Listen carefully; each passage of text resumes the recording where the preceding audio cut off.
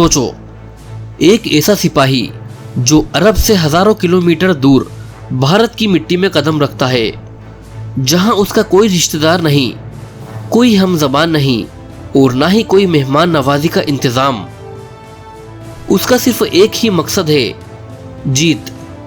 लेकिन उसके सामने खड़ा है एक राजपूत राजा जो न सिर्फ दिलेर है बल्कि उसकी तलवार भी बिजली की तरह काम करती है। और जब ये दोनों शेर टकराते हैं तो मैदान जंग में सिर्फ तलवारों की छनछन नहीं होती, बल्कि लिखी जाती है एक ऐसी कहानी जो 800 साल बाद भी लोगों के जहन में जिंदा है। ये कहानी है पृथ्वीराज चौहान और मोहम्मद घोरी की पहली तकरार की। ये कहानी है तराइन की पहली लड़ाई की। कहानी शुरू करने से पहले आपसे एक छोटी सी रिक्वेस्ट है कि अगर आपको इस तरह की इंटरेस्टिंग और नॉलेजेबल वीडियोस पसंद आती हैं तो इस चैनल को जरूर सब्सक्राइब करें ताकि आपको इतिहास हमेशा याद रहे। चलिए अब कहानी को आगे बढ़ाते हैं। ये 12वीं सदी का आखिरी हिस्सा था। भारत में कई छोटे बड़े राजवंशियों का राज था। हर तरफ अलग अलग रियासतें और हर एक रियासत अपने आप को बाकी से बेहतर समझती थी। और उसी दौरान एक शख्स जिसका नाम था शिहाबुद्दीन मोहम्मद घोरी अपना कदम भारत की तरफ बढ़ाता है। मोहम्मद घोरी ने जब देखा कि भारत के अंदर एकता की कमी है तो उसने ये सोचा कि ये सोने की चिड़िया आसानी से पकड़ी जा सकती है और सबसे पहले उसका निशाना बना पंजाब का इलाका भटिंडा। लेकिन एक बात उसने अंडर एस्टिमेट कर दी थी और वो था पृथ्वीराज चौहान का जोश, उसका फर्ज और उसका राजपुताना गुरूर। मोहम्मद घोरी ने 1191 में भटिंडा पर हमला किया। उसने किले को फतेह कर लिया और वहां अपनी फौज छोड़ दी। यानी ये एक जाल था। वो चाहता था कि पृथ्वीराज चौहान उसे लाइटली ले, लेकिन पृथ्वीराज चौहान किसी आम राजा जैसा नहीं था। जैसे ही उसको भटिंडा के गिरने की खबर मिली, उसने राजपूत रियासतों को इकट्ठा किया और 1000 से ज्यादा राजपूत सरदारों और हजारों सैनिकों के साथ उसने अपना सफर शुरू किया।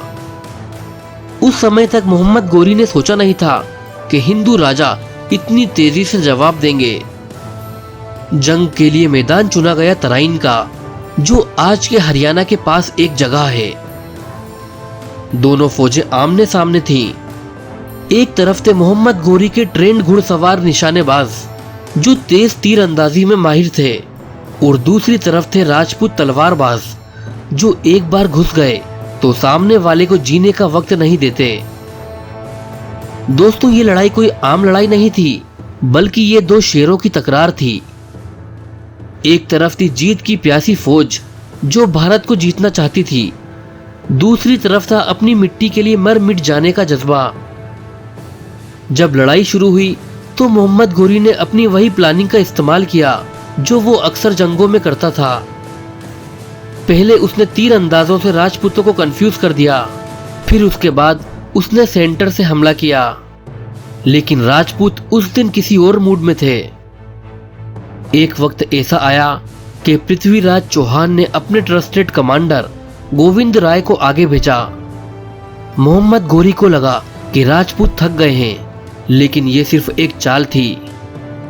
जब मोहम्मद घोरी ने अपनी फौज आगे बढ़ाई तब राजपूतों ने घेरा डालकर सेंटर तोड़ दिया और मोहम्मद घोरी की फौज भागती हुई नजर आई।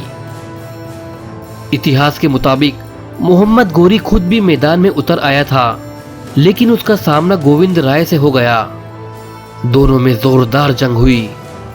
गोविंद राय ने अपने नेज़े से घोरी को घायल कर दिया। मोहम्मद घोरी घोड़े से गिर गया और उसकी जान बचती हुई नजर नहीं आ रही थी। कहा जाता है कि अगर उस वक्त उसके कुछ सिपाही उसे उठाकर वापस लेकर ना भागते तो मोहम्मद घोरी उसी मैदान में अपनी जान दे चुका होता। इस जंग में पृथ्वीराज चौहान ने जीत हासिल की और मोहम्मद घोरी को बंदी बना लिया गया। दोस्तों, अब आपको ये सुनकर हैरानी होगी कि पृथ्वीराज चौहान ने उसे माफ कर दिया। और कुछ इतिहासकारों के मुताबिक पृथ्वीराज चौहान के कोर्ट में कहा गया कि एक शहंशाह को दूसरे शहंशाह को मारकर क्या हासिल होगा। यही वो फैसला था जो आगे जाके पृथ्वीराज चौहान की सबसे बड़ी गलती साबित हुई। मोहम्मद घोरी वापस गया, लेकिन इस बार सिर्फ बदला लेने के इरादे से। तो दोस्तों, ये थी तराइन की पहली लड़ाई, जहां पृथ्वीराज चौहान ने न सिर्फ मोहम्मद घोरी को हराया बल्कि उसकी जिंदगी भी बख्शी।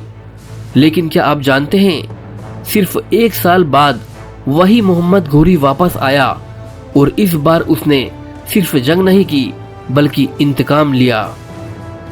दोस्तों, अगर आप जानना चाहते हैं कि तराइन की दूसरी लड़ाई में क्या हुआ, जीत किसकी हुई, पृथ्वीराज चौहान की या मोहम्मद घोरी की, और आप ये कहानी मिस नहीं करना चाहते, तो चैनल को सब्सक्राइब करें और बेल आइकन को दबाएं। और साथ ही आप कमेंट्स में हमें ये भी बताएं कि क्या पृथ्वीराज चौहान को मोहम्मद घोरी को माफ करना चाहिए था या नहीं। मिलते हैं अगली वीडियो में एक और ऐतिहासिक सच के साथ। तब तक के लिए जय इतिहास।